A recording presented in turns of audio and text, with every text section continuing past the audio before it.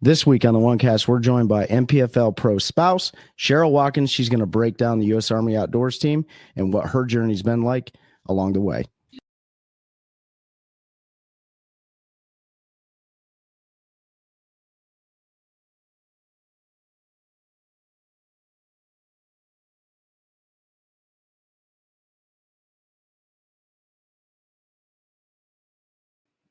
What's going on, folks? Welcome back to the OneCast. Man, we are like well over 100 now in our episodes here. And if you can tell, we apologize. All of us in here are a little sick. We had the Raleigh. Ben's fault.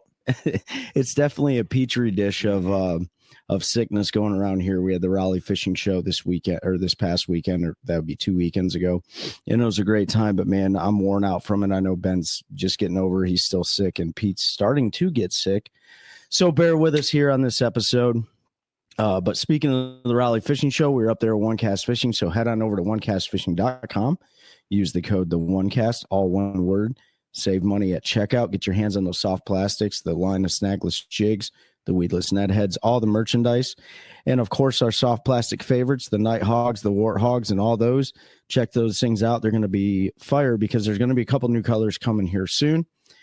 And you know what's coming up is the spawn. So we're looking forward to that. And then where else do they need to go? Head on over. Man. So head on over to your app store, your Google Play Store, whatever they call it over there. But download the Deep Dive app. Take your fishing game to the next level. That app has a lot of great information there to plan your fishing trips or adjust out in the water. It's going to have your lake levels, your wind effects, which way the wind's coming, your water clarity. You can scroll back and forth in time, help plan your trip when you're before you get out there. And if you're going to a new lake, it will help identify some of the key baits and locations you should definitely try out to either catch fish there or eliminate that water and make your adjustments. But it's a great app. We all use it, and it's definitely helped us put more fish in the boat. That's right. Yeah, and then head over, head on over to CarolinaWatersNC.com. Use the code TheOneCast, all one word at checkout. Grab yourself some apparel. The UPF, they got a bunch of new hats. The new UPF shirt for this year. I think Ben's rocking one of the new hats. I've got one of the new hats. Trey's being a bum and not wearing one of the new hats. No. And I will say they got some unstructured hats, so it's not just the trucker. Yeah, the Richardson 112. Yeah, if you like the pappy caps that aren't structured, or the Richardsons, or this one's for big-headed people like me, so it fits real nice. But make sure you head over to CarolinaWatersNC.com. Code TheOneCast. I got some new gloves coming, a few other things. Also, if you're at the Raleigh show, you saw us showing off some Hobie eyewear. Gave away a couple pairs. Congrats to those winners. That was Pete Dub. I'm going to try to say his last name because I butchered every time. And CJ House, who's a new fan, new follower. He met at the show and spent some time talking to. So congrats to them. Thanks for everybody to stop by and entered that giveaway. If you did not get entered and you want to get yourself a pair, you can use the link in the description. It's down below.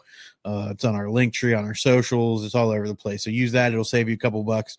You end up saving about $20 off a pair of glasses. So it's a good deal.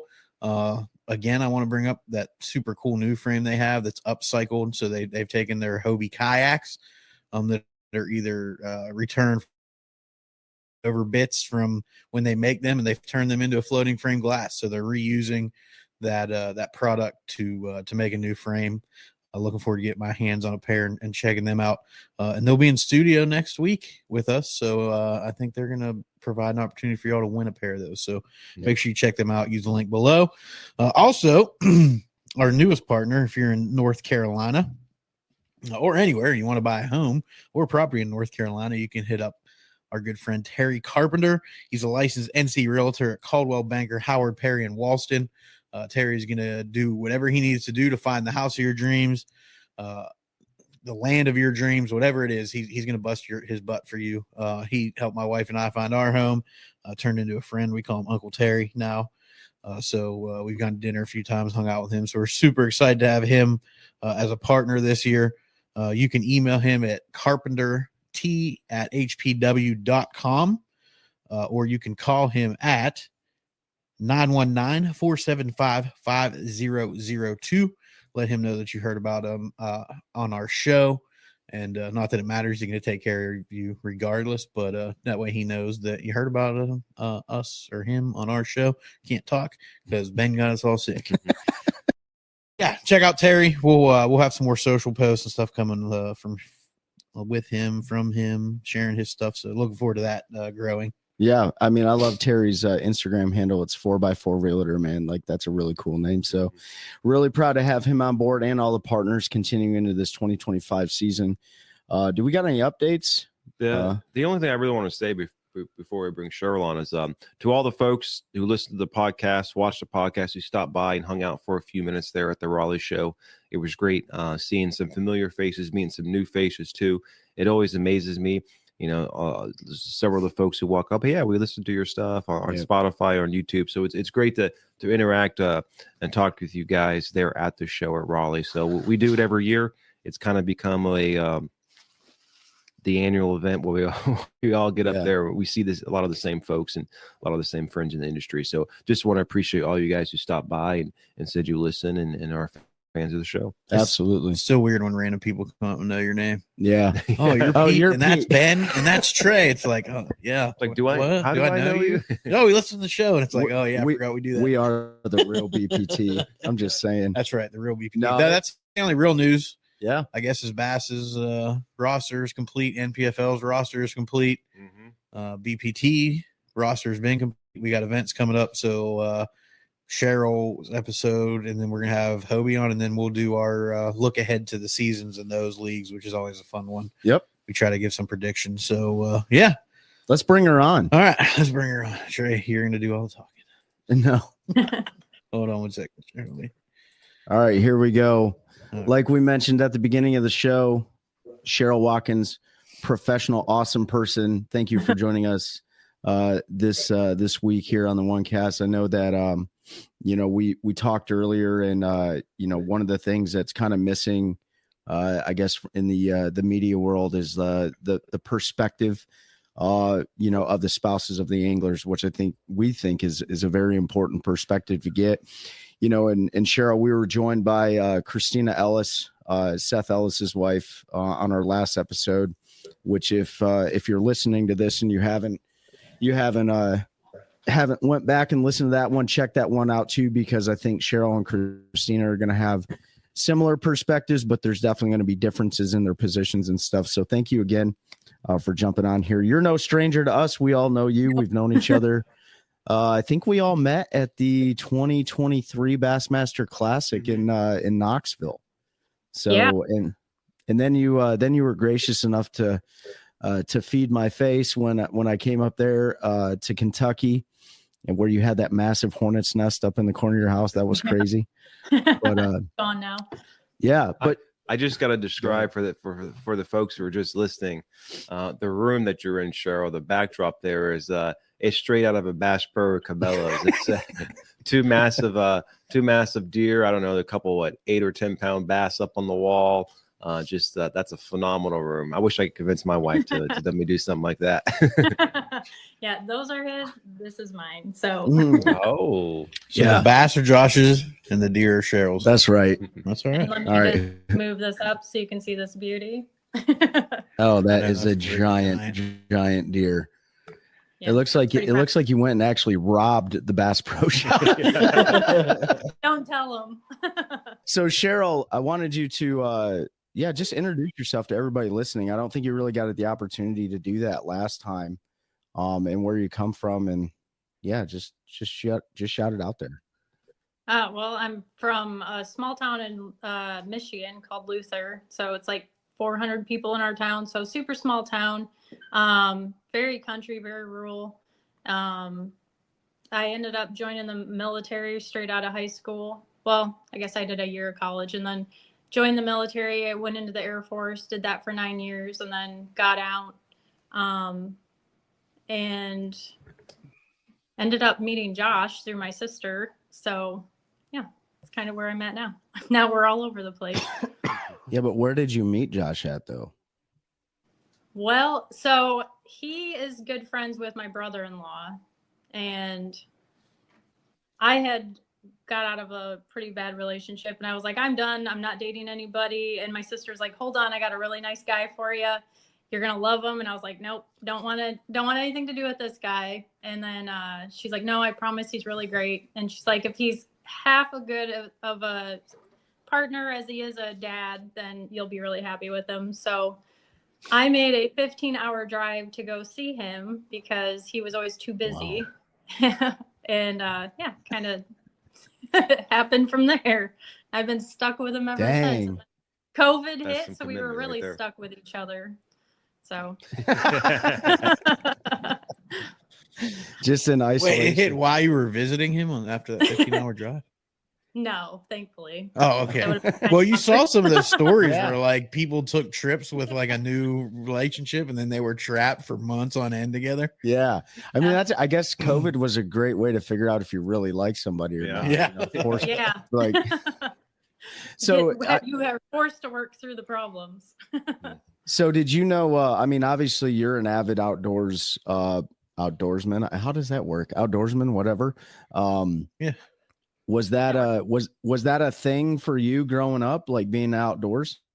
Yeah. So, like I said, I grew up in the country, and my stepdad got me into hunting when I was like 14. I always wanted to do it. And he took me up shopping one day and he's like, hey, he bought me a rifle, bought me everything, and then took me out, and like the rest is kind of history as far as hunting goes. So that's like my big thing. So when I met Josh, he told me, he's like, hey, fishing is my life, and you know that's something that you're gonna have to deal with. And I said, that's fine, as long as you don't ruin opening day of deer season, then I don't care. So kind of worked out that way. Wow. I mean, shoot, man, I can say that's a pretty beautiful connection right there, because you hear a lot of guys are like, man, you know, I got to ask my wife's permission, you know, to go fishing or whatever. And does Josh have to ask your permission to go fishing? No, he gives me the heads up, but I mean, I don't care. Oh, yeah, that's good.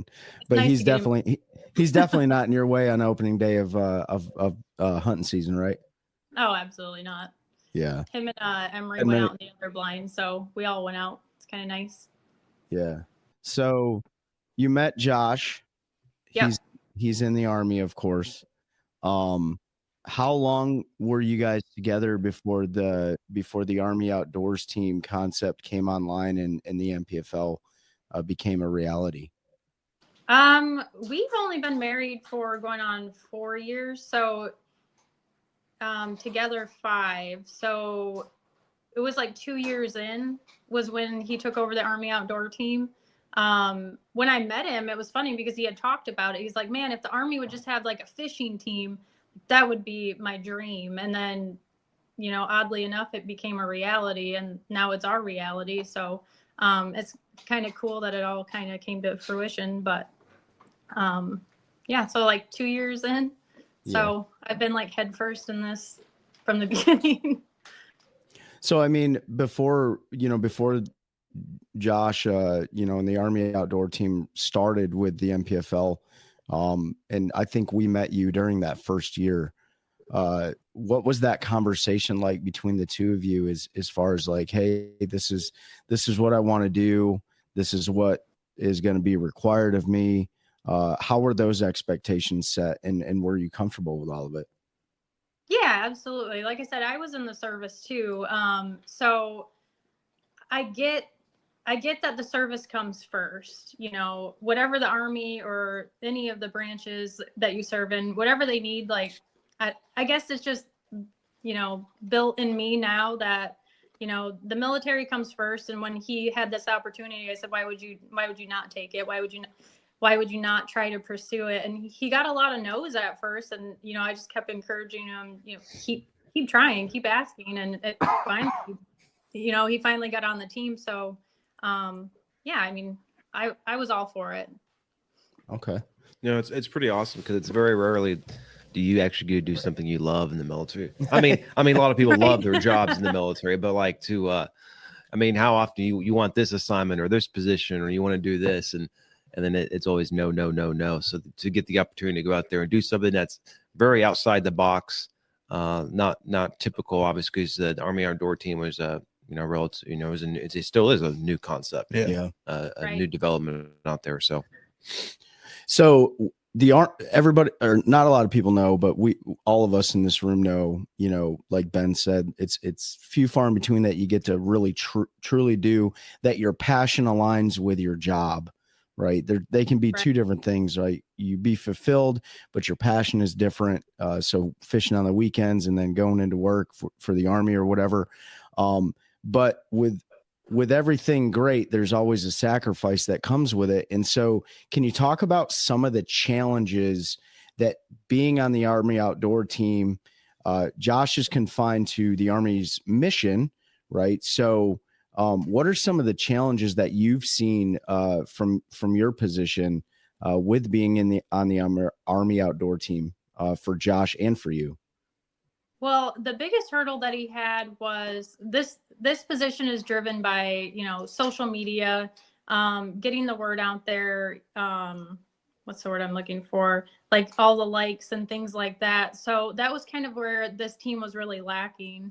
And that was one thing that Josh was like, we need to improve on this. And it ended up where he was kind of by himself for the longest time. And so I ended up quitting my job that I had and kind of went, you know, again, like head first into this with him and said, all right, like, what do we have to do to try to help make this successful? So, I mean, other than my own Instagram account and making a reel and this and that, like we knew nothing about trying to really get likes and really kind of beef up a social media page. So, you know, we did a lot of Googling, a lot of research, a lot of hours together trying to figure out how can we make videos and reels and what is going to garner more likes and make this better. So even though he's technically on the team, like we've been working as a team, you know, since day one, which it's been kind of nice. So I've always kind of been in the background a little bit. Yeah. I mean, you hear that, you know, anglers that are not in the Army, of course, are doing that for building their individual brands, selling, you know, sponsorships and things like that. Right. But for the Army, it's a little bit different, right? Like there's no, right. Can you talk about like Josh doesn't have the ability to, like, he can't seek sponsorships from anybody else, right? Correct. Yeah. So he is solely sponsored by the Army. They cannot try to, you know, garner any other sponsorships or promote themselves. Basically, like everything is for the Army. So when they go out and they make these videos or they're standing on that stage, they're not standing there as Josh Watkins. They're standing as, you know, Master Sergeant Josh Watkins. Mm-hmm. And, you know, telling the Army story that, you know, just like a sponsor, you have to, you know, talk about them. And I mean, he's living his sponsorship basically. Yeah. Mm-hmm. Yeah. No, it's interesting. I have to mention this for those who are watching the video. It's awesome. Cheryl looks like she's got a set of antlers on her head right now. I keep trying to move. It's all good. It's all good. Yeah. I mean, I thought that was, you know, cause it's like, you know, Josh is out there and we'll talk about this here in a little bit, but you know, he's facing, you know, the end of his career, in the Army. And so, even though he's representing the Army brand, you know, there's got to be, if he still wants to continue to fish after the fact, like there's probably a lot of people, all that exposure, you know, not that you're allowed to have it for selfish purposes, but that exposure is probably going to help him if he pursues a career in fishing after the fact. But that is a tough one, right? So you decided to volunteer your time and effort to help the Army outdoor team build their brand, which is focused on recruiting, you know, and stuff like that. So let's talk about the first tournament that Josh ever fished. Can you talk about the energy and all that stuff going into that event, where it was at? Oh, it started off good energy. And then he went to day one of practice. And then it just all went to practice. So he had boat problems the first day.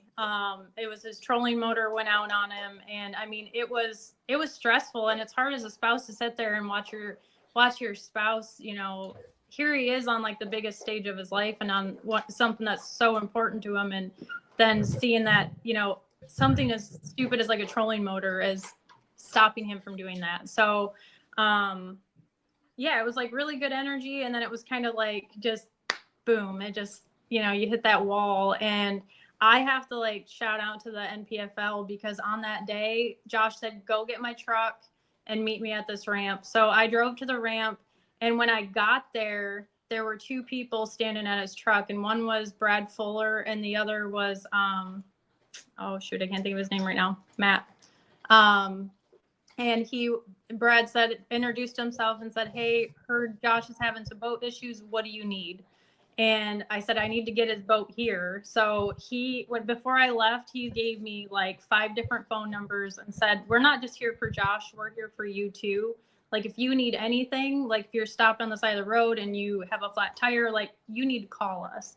Like this is a family, you're part of the family now. So, I mean, that was really awesome and really reassuring and just speaks volumes to the NPFL and who they are, an organization. But yeah, it's hard to sit back as a spouse and see him struggle on that first one. And then it was a tough tournament and it was freezing cold. Yeah. I mean, that was down Watts Bar? Was that the first one or something like that? Pickwick. It was 2 years ago. Yeah, it was Pickwick. where was it at? Do you remember where? Pickwick. Yeah, that's when it was so cold. Yeah. The water was high, I think, too, wasn't it, or something? Yeah, it was cold and nasty, Yeah, high water, I think. Yeah. It was awful. It was a bad tournament, but So and but going into you ruined your drone? Oh no. Did you dump it in the water? Oh, you smashed it. Oh.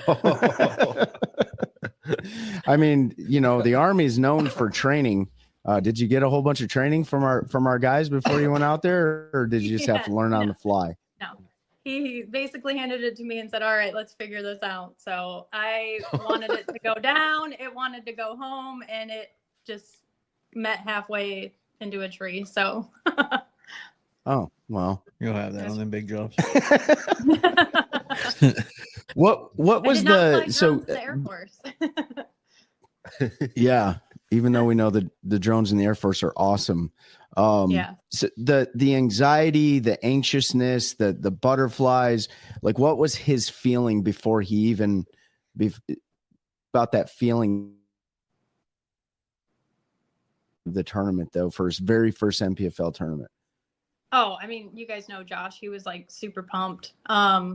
He was like ready to go, and I probably like jumping out of his skin, honestly. Like this was like his dream come true. So he was excited, and I'm sure he had lots of nerves too. But if you know Josh, like he won't show that. But that's why it was really disappointing that the trolling motor went out that first day. So. And then let's talk the last day. Day 3, he comes back in. We know Josh, but the audience doesn't necessarily know Josh. So, and especially the new listeners, what was his attitude like after the very first tournament was complete? You got to be real here. I think he just felt like he got his teeth kicked in, to be honest. Like it was the first one. He had all those technical issues, and it just didn't go the way that he wanted. And I'm sure he wasn't alone in that. I feel like that's a lot of these fishermen, they go into it with all these high hopes, and then you kind of get your teeth kicked in, and then, you just got to like suck it up and keep going. And I mean, and that's one thing about Josh is he's the type of guy that he'll let it bother him for a few days, and then he's like, all right, I gotta figure out for the next one. So he's a tough dude. Yeah. I'll say that because he's sitting over there. I mean, but what about you though? So how did you manage, like, what is your role? I mean, obviously we know spouses support each other. But after you got to see the mental, physical, emotional response from his very first event, like what was your role in that? Were you providing mentorship? Were you just being if a shoulder needed to be cried on or whatever, or you just told him to like, hey, just suck it up, like you said? No, I try to be supportive for him because I can't imagine what he's going through, and he's always that shoulder for me too. So I feel like we both kind of feed off of each other and provide the support when one another needs it, and that's what I try to do. And, you know, if he's sulking for a couple days, I'm like, all right, dude, like you gotta suck it up. Like you gotta get on with it. Come on. Like you can't dwell on it forever. It's just going to eat you alive. Like just go back out there and go to the next one. Yeah. Well, that's speaking from a former, you know, airman right there. Because, you know, everyone supports their spouse differently. My wife's very similar, though. She's like, suck it up and drive on. Yeah. So throughout that first year, which was what, 2023, correct? 2023 was the first year? Yeah, 2023, yep. Throughout that first year, what did you, from your position, what were some of the biggest challenges from being a spouse? What were some of the biggest challenges for you?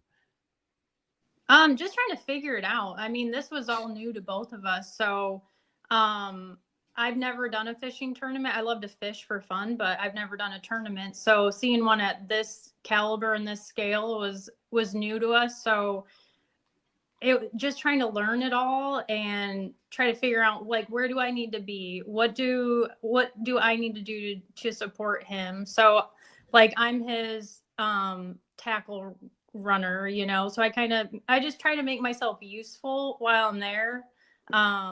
Just to try to ease some of the anxiety that he may have or try to make it easier for him while he's there.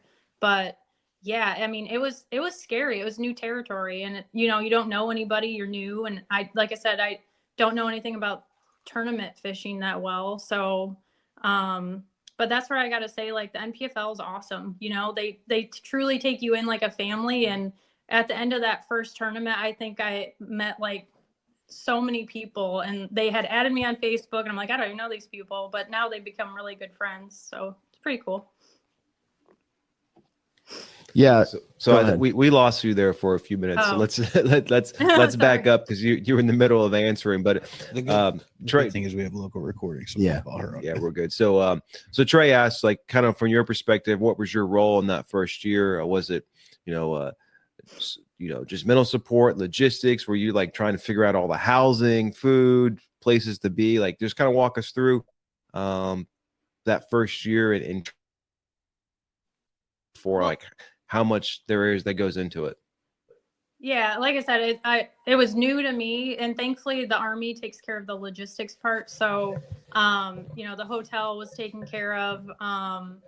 But for me, I try to take on the role of, trying to figure out like where are we gonna eat. Sometimes if they get a place where they can, like a Airbnb type place, I will bring like a crock pot and food and try to plan meals throughout the week. So it's one thing we don't have to worry about.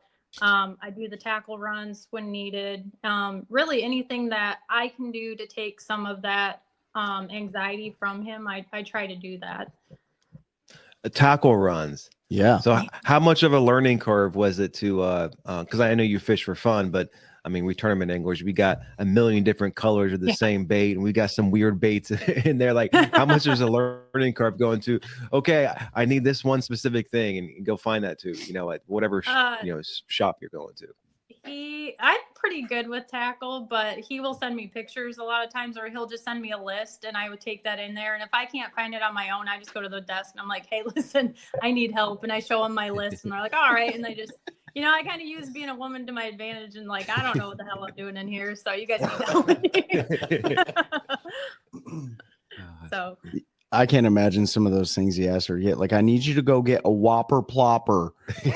Like, what's a specific color and this size and this ounce. And if they don't have it, I'm like, what about this ounce? Nope, that's not going to work. And it's like, I don't know what you need from me. Yeah.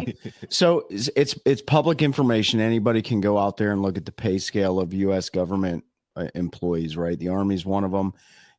And so you said the Army covers, the cost of all this stuff, but from a personal stand, did you guys think, or how expensive did it really become for you over that first season? Pretty expensive. So, all the tackle comes out of our pocket. So that gets expensive, but the Army does cover a majority of it. And I will say that they are very blessed in the fact that the Army covers everything: food, lodging. They pay for his gas in the boat, mileage, things like that. So we're probably one of the few families that come out of a tournament and aren't super in the hole from it. I would say the debt that we have from it is just the fact that I like to drive down to the tournaments myself, so I have my own vehicle. So that's just added cost that I kind of take on my own. So okay. Yeah. I mean, traveling around the country, no matter where you're at, is super expensive. And, all the angler families are in a different position. Obviously, go back and listen to Christina Ellis's episode because she has a different position, but it's still a financial struggle. And so that plays a role in, making sure you prioritize like logistics, as Ben was talking about, what are you going to buy? What are you not going to buy? So, I don't know, maybe this was wrong, but I thought we remember talking about, because did the Army have any restrictions that first year, like places you could stay and could not stay? I know sometimes as a DoD funding, they don't like Airbnbs and all. I don't know if that's changed in the last few years. Yeah, so it's basically hotel only. Everything has to be split. Like a receipt has to be split. So an Airbnb doesn't work because they don't split receipts. But if they can find a place that like a cabin, they've been lucky enough to get some cabins, in their own individual little cabins, which has been nice because that kind of gives you that Airbnb feel, where we can cook on our own and save money that way, where we can actually, make the food there instead of having to go out and spend $50 to $70 on dinner. So it's nice in that respect.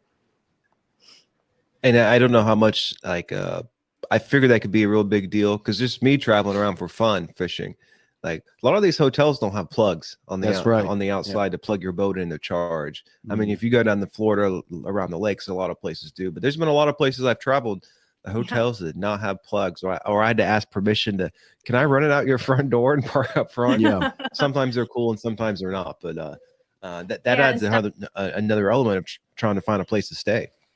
Oh, it's been honestly, like that part has been kind of awful. They get stuff stolen, people unplug their boat in the middle of the night. Or like you said, like it doesn't accommodate the boats in the parking lot. So they've had to switch, like the last tournament, the original hotel that they had booked, they got there and it just wouldn't accommodate the boats in the parking lot. So then there they are last minute scrambling to find a hotel that's going to fit the boats and be able to plug them in. So there's that part of it really stinks. So everything has to go through DTS, Defense Travel System. And if it's not in there, then you're kind of at the mercy of the government. Yeah. So the 2023 season, first season on the NPFL, if you could think of one high and one low for that season for you, and obviously it may be driven off Josh's, time on the water, whatever, but what would those two things be if you can think of them? The low would be, where was it? It was in Texarkana. What lake was that? Right, Patman. That was the only one I flew down to be at, and I got stuck in Dallas overnight, and I had to sleep in the airport. And I'm just like, you gotta be kidding me. I was working, so I was only going to be able to make it to 2 days of the tournament. Ended up only getting to see half of one by the time I got there, so that was really disappointing. And then a high, I mean, just seeing Josh be able to go out there and I'm not giving you like a BS answer, like just being able to see him go out and like do what he has been wanting to do his whole life is honestly like the biggest high that I could get out of the NPFL, and just meeting all the people there too. I've gained a lot of friends through the NPFL, so that's been awesome. Yeah, definitely. It's been amazing seeing the NPFL grow and all the anglers grow with it. Any lessons learned for any spouses that find themselves in the Army outdoor team? Maybe this is a end of the episode question. Well, I guess we can frame it this way. So after that first year, would you guys did you do anything different for the second year going into great way. I guess that was last year, 2024. Yeah. Yeah, I mean, we finally got a good grasp on the social media, which was like the biggest thing, especially like what I was helping with. So we finally got a good grasp on that. And I finally started getting better with the videos and getting different angles and, just trying to get different content that nobody else really has. So that was something that we really tried to perfect in this year. And, if there's a spouse that's coming into it, like this truly isn't for the faint of heart. Like it's a lot of travel. And I kind of put that on myself because you don't have to travel with the team. I just enjoy it. And I like to be there to support my husband. So I go, but yeah. I mean, I think that's a great point, because a lot of anglers or a lot of folks who do want to do this for a living, they're married, they've got girlfriends that do help out and do all sorts of different the business. A lot of times it's a partnership, but I think you talk about the social media content. I think folks forget that that's almost a full-time job in itself, because your anglers out there on the water, and you're filming, do different angles, you're editing, trying to get that up, manage social media, and it's a lot of work involved to do that. And that's why a lot of the anglers, let's be real, a lot of anglers are not very good at social media because they're focused they're focused on fishing. Yeah. And so to have that support, that spouse or girlfriend or friend, I mean, it's a huge benefit, but it takes a lot of work. Sure. Did the so I want to ask it, maybe this is a hard question, and I know Josh is sitting in the background, but he's not allowed to answer. A lot of us go through this, whether or not it's in the job you're in or the organization you're a part of, whatever. Was there ever a time thought like he didn't belong there? Perspective, not an Army perspective. You cut out a little bit. Did you ask, is there a time that I thought he didn't belong there? Not that you thought, but did he ever make the comment to you like, I don't know if I belong here amongst this caliber of anglers? Yes and no. Okay. There's times where there's times where he said it and then he's like, you know what? Then he'll come back and he's like, you know what? I do belong here. He's like, I'm going to go out and I'm going to show him who Josh Watkins is at the next tournament. And so I love the fact that he gets in his own head and he's quick to get out of it. So that's good. What's his coping mechanism though? Because, we hear a lot, we've talked about this numerous times on this show. A lot of people talk about maintain positivity, be optimistic, stuff like that, but everybody does it differently, but nobody really shares how they do it. Some people meditate, some people look to go for a run. What is if you were to say Josh's best coping mechanism when he's feeling down about himself, what is it? This man loves motivational songs. Okay. There you go. He blasts them in his truck. He will go for a drive and just crank some good motivational music. Anything with a really good beat, he'll just go and he will play it till that song is dead. Which one did you get sick of most? There's honestly been so many. I don't even know the names of the songs. I've never even heard them. It's just like head banging music. It's not my type of music. So, I appreciate. I like that answer, because I don't know if you'd ask Josh that you get that answer. If you listen to a lot of, like, all of us probably have certain little quirky things that we do that are a little different that helps us reset our mind. But to get it from that's awesome to hear from you. So he's got some headbanging death metal going on, and then all of a sudden it turns to like some Frank Sinatra. And, it's cool, calm, and collect. We asked Christina Ellis that too, and she gave some pretty funny answers on her husband's favorite songs and stuff. So you'll definitely have to go back and check that one out. So there is no wrong answer, by the way. You said I'm going to give you a BS answer. There's no wrong. It's just your answer. So whatever you feel is right. So 2024. Second year that the Army outdoor team has a fishing side of it, because we've had Josh on before, a couple times, or I think a couple times. Mhm. And, you know, the Army Outdoor Team's a big organization with a big mission.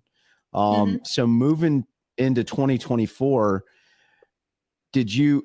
how did you guys feel going into that one, and had the composition of the Army Outdoor Team changed? Yeah, so we felt good about 2024. It was kind of like, you know, that fear of the unknown was gone. So we knew what we were expecting. We knew what we were getting into. The field was bigger. So that was exciting for Josh. And then he was able to get John Branch onto the team too. So, you know, that kind of changed the dynamic of the team. And so he didn't have to travel alone and have a little bit of help along the way, and have somebody else to also help, you know, push that mission out. And it wasn't all on his shoulders anymore. So now he's got a good teammate, and that was kind of cool for 2024. Okay. And I got more questions. I don't want to like steal the show. You're not feeling well though back there, are you? I'm jumping in when I Yeah. That's Okay. degrading So quickly in my Like condition. mindset there. like Pete's, take a bunch of NyQuil before yeah, this? Pete's I did. dying back here. Oh. So yeah, we apologize again. Everybody's sick. So 2024, we got to come see you at a couple events. How was that first event for Josh compared to his first event in 2023? How was it for you? Yeah, I how didn't- was it I for didn't you? go to I didn't. That's why I didn't go to the first event. It was good for me. Like I said, that fear of the unknown was gone. So it was kind of like where I could go in, and I knew what to expect. I knew what we didn't like from the year before. Like they tried to find cabins this year so we could eat at the place instead of having to go out, because that's just more time, you know, away from like getting the tackle ready and getting the boat ready for the next day. So we just kind of took what we learned from the year before and just kind of made it better, just so it ran smoother this past year. But So you didn't go to the first event. When you don't make it to one, are you going to keep up with what's going on, or are you able to separate yourself a little bit and not fully stress out about what Josh is doing that day? oh no, I stress out. I check that tracker all day long, and I know that he's in his head in that boat and he's feeling down on himself. And so like it's hard to not feel what he's feeling. But yeah, I check that tracker constantly. And then as soon as he gets one, I text his dad, or his dad will text me, and we're like, hey, go on. So then he's good about putting it in the tracker then, because I know there's a lot of folks who just ignore that thing. Yeah, and that's kind of something that I told him, like, you better put that on that tracker, because if I'm going to check that thing, it better be on there. And does he usually overestimate or underestimate the fish on the I tracker? would say he's pretty accurate, actually. Okay. He doesn't like the sandbag, huh? Yeah. No, he doesn't. So you didn't go to the first event. Was there any milestones in 2024 in your life that kind of changed your that added any additional stress to you guys, or to you in particular? Well, I have a full-time job, so that was why I didn't go to that first one. And I work from home, and I had just started the job, so I didn't want to, try to figure that out. But that was a big added stress, because now, I am busy during the day during his tournament, and I want to be, more active in what he's doing. But I've kind of got to balance my priorities throughout the day during tournaments. And that's been kind of difficult this past year. But yeah, I would say that would be the biggest stressor. Do you think that job, though, that full-time job, has helped you in any way, like not having to fully stress out about what's going on, or does it not matter and you still stress out? It's both, and my job's stressful, so it doesn't help. It When takes did you the stress get- off paying for all that tackle? There you go. I'm tackle. They're not going to provide everything that, there might be something specific that Josh needs and he's got to buy it, But you guys also bought a house, didn't you? Yeah. Yep. So we bought a house. That's in Illinois. So Josh is getting ready to retire in August of this year. And so that's just an extra added stress. I totally forgot all about that. So we've been remodeling this house all last year on top of, Oh, wow. I don't know how I forgot that, on top of the tournaments. You know, we're between Kentucky here and Fort Knox, and then on the weekends, or he'll take a week off and we'll go to Illinois and just work on that house and try to remodel it. And then we're back on the tournament and back on the road. At the end of the year, we were talking, and we hadn't been home in like 3 months. It's stressful. It's a lot. And it's very tiring after a while. Yeah, I mean, I kind of led you into that one, obviously, because you guys are really invested in that house in Illinois. I know, for the audience, you guys chose that location so Josh could be closer to his daughter, correct? Correct. Yep. And so he's doing a full run. You guys are doing a full renovation on that. So I can only imagine, a lot of people think like fishing is fun, and fishing is fun. But obviously there's a mission behind the fishing that Josh is doing. And, so when he's done on the water, what do you guys like? What do you guys do after he's done with tournaments? Like, do you guys get to go have fun or Pick out backsplash? Yeah. Pick out backsplash or, basically. What do you guys do to decompress? Nothing. Like, I feel like we haven't even been able to decompress, to be honest. Like we've literally been on the road nonstop. We get back from a tournament, and I actually got in trouble because he's like, you have all of the suitcases full. I suck at putting stuff away, so I will just get a new suitcase out and go to the next place. And so I had to make a conscious effort to unload 3 suitcases and really get what I needed. And then we just load up a new suitcase and we go to Illinois and work on the house, and then have to come back to Kentucky. And there really hasn't been a good decompression, which is much needed here soon. So what are vacation. what's your idea of a decompression vacation? Like, where do you want to go besides the tree stand? Anywhere with the sun. Yeah, that too. Anywhere with sunshine and the ocean. Okay. Does not matter to me, as long as there's sand, sun, and maybe a good drink. Yeah, so it sounds like Josh owes you like a nice trip overseas to that, or I recommend Puerto Rico or something like that. Josh, we're signing you up. I know you're listening to this, so sounds like you got some sunshine and nice 70-degree weather in your future. I wanted to talk about the you mentioned Josh is getting ready to retire. Yeah, I have a very specific question about this, and I was going to ask you. So Josh, you and Josh, because you're a team, you're fishing these tournaments, you're working full time, you just bought a house, your family's still in Michigan, you're traveling to these events when you can. Talk about the stress or whatever that going through transition from military service. How is that impacting you? Because I'm sure it's impacting Josh. Can you talk about that a little bit? Yeah, I mean, I chose a remote job so that I didn't have to get a new job when he retires. I think that's like one of the biggest struggles that military spouses have to go through, is getting a new job at every new location. So I was trying to get ahead of the game. I got a remote job, so that's one thing I don't have to worry about when we get out. But it's just trying to get a new routine, I guess, would be my biggest struggle, trying to just get everything moved and moved in. It's been difficult.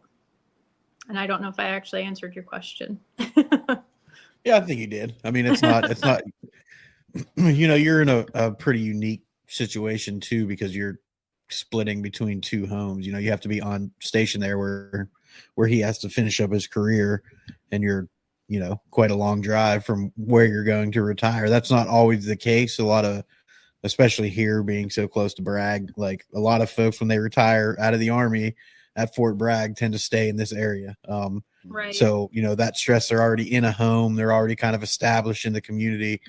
you're trying to do that for when he gets out, but you can't even be there to establish that until after, he's done and doesn't have to be at his duty station anymore. So I think you answered it. Yeah. It's stressful. You haven't really had the opportunity. The one constant you'll have is you found a job that'll travel with you. So you'll be able to fall into that routine of you going to work kind of no matter where you are. Right. So, I think that's important. And on retirement, if y'all didn't see the video, Cheryl presented Josh with a shadow box at a tournament this year and read, a statement about it and somehow kept it together, because I know I didn't. And I know Trey did it because I walked in when he was watching it and I was like, yeah, that was my reaction too. Then we cried together. How was it? We already know the answer, but for everybody, like how amazing was it to work with a league to set that up, to give you the time to be able to do that for Josh on stage, kind of culminating his career and his service in that presentation. And, it was really awesome. Yeah, it was again, I speak volumes of the NPFL. Josh had been stationed at Fort Leonard Wood, which is Lake of the Ozarks. That's where he began his career. He was a drill sergeant there. His daughter was born there. We got married there.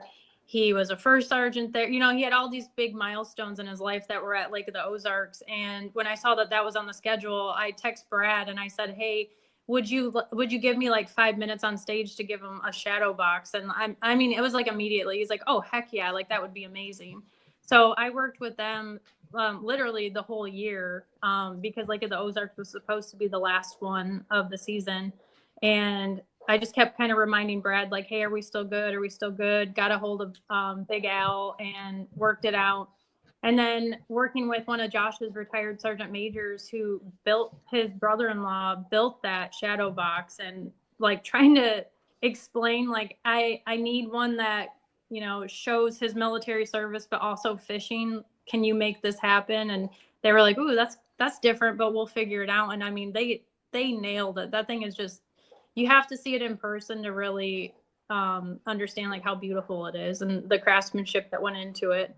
So, I mean, that was awesome. And to be honest, if you really look close in that video, I am shaking like a leaf. So no, you could definitely see the emotion, but you held it together in true military spouse fashion. Like you stood up there and you didn't completely lose it. Like, that's not an easy thing to do. It was emotional. Everything you were reading and talking about his service and then being able to do that was, it was powerful for anybody that's never seen anything like that. And even for folks that have. So, I just wanted to remind people how the league treats their anglers and their families, and how that, you asked for 5 minutes and ended up 20, 25. I mean, it was pretty long, being able to say everything you wanted to say and get it all out in front of everybody was awesome. So kudos to you for sneaking that whole thing behind his back and him having no idea and never slipping up. Yeah. And kudos to the league for giving you the opportunity. I'm sure it was. Yeah. Yeah. So did you have it like shipped to Lake of the Ozarks somewhere, or?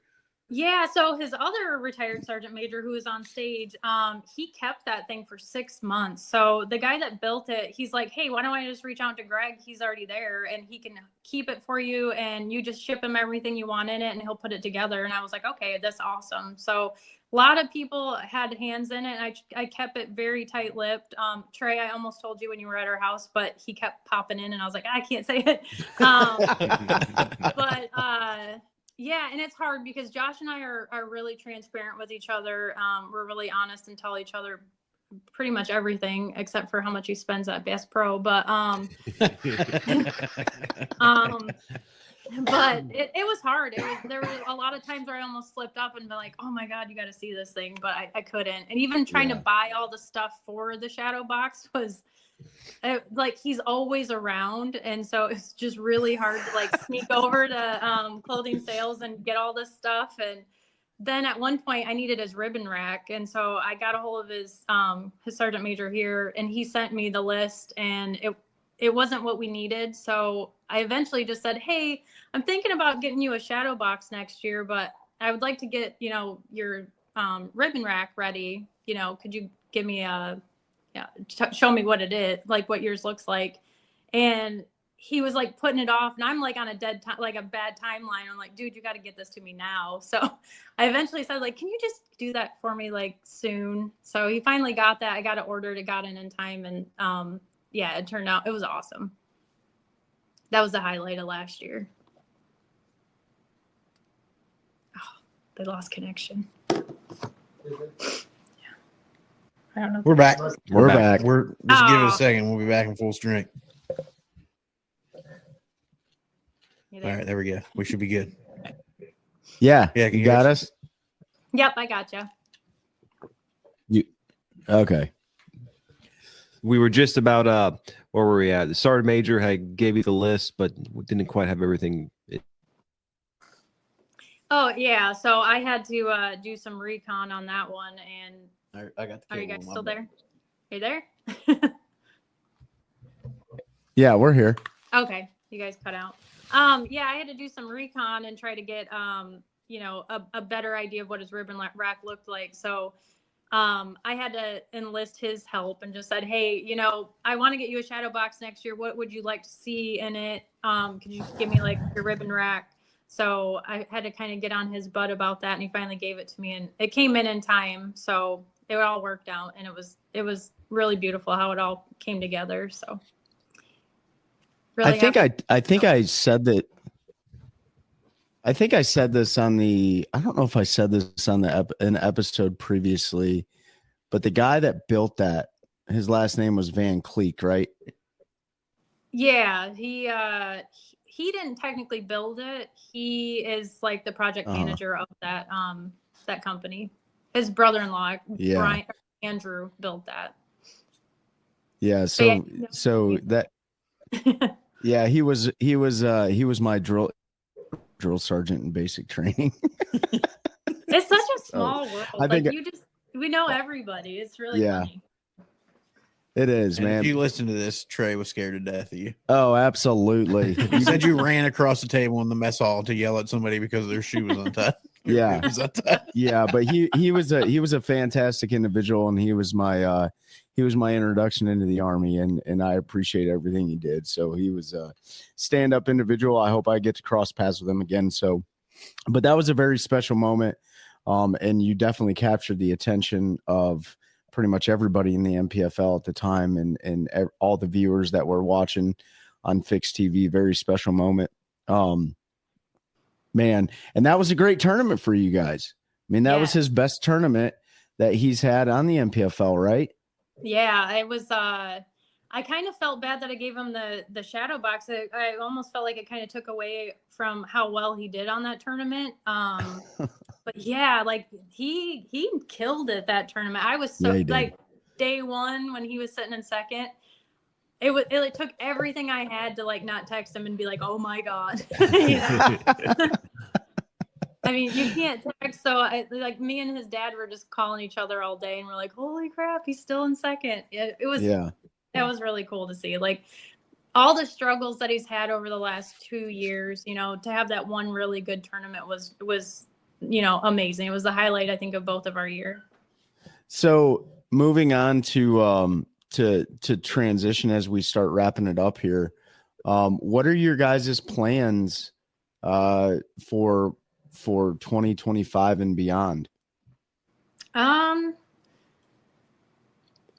Well, I mean, just kind of getting our house built, getting the pole barn built, and then this guy is going to be retired, and I'm going to try to get him to go fish as much as possible so he's not up my butt the whole time. Maybe can get a job or something. I don't know how 2026 is going to, you know, fare out for him as far as being able to fish next year. But yeah, I mean, I'm excited for our new future, and not having to worry about what having the Army kind of on our back and telling us what to do, and finally getting to live life.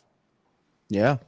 Yeah. I mean, there's definitely a beauty with the structure of being in the military, like good stability, great career opportunities. I highly encourage, I know that's the mission of the Army Outdoor Team, but if anybody is want to do in life, the Army and the military in general, but the Army we're talking about here has so many different career opportunities. And I know Josh and John now, and this will be Josh's 3rd year in the NPFL. They're doing a great job at pushing that message. The Army needs good soldiers because this nation needs a good Army.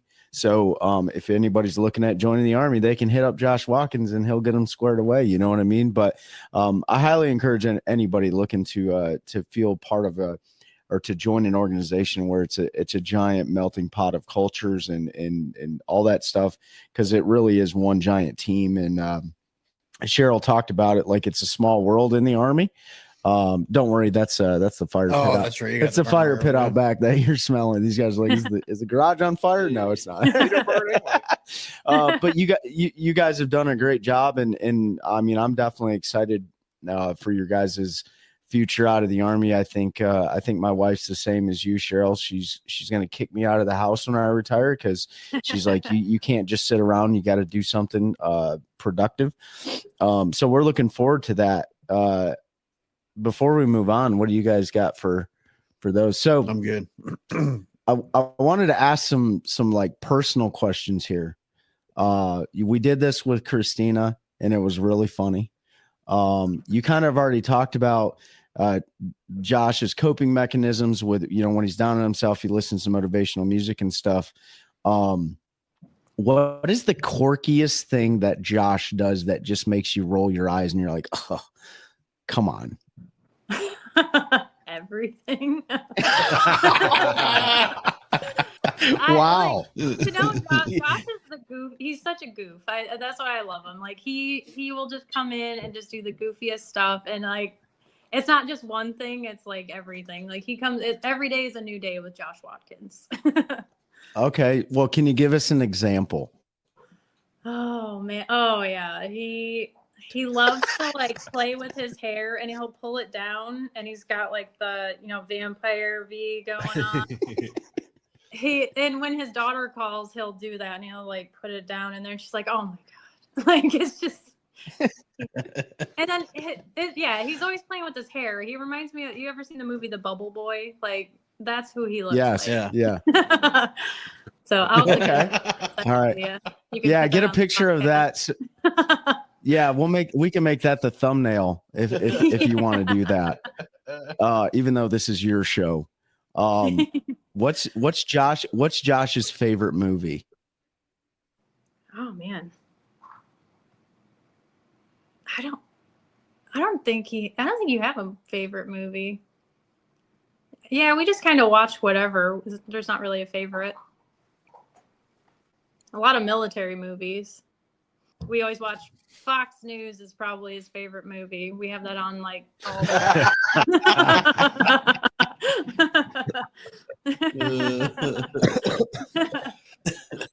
Oh man, Fox News, and he looks like the Bubble Boy. Yep. I love it.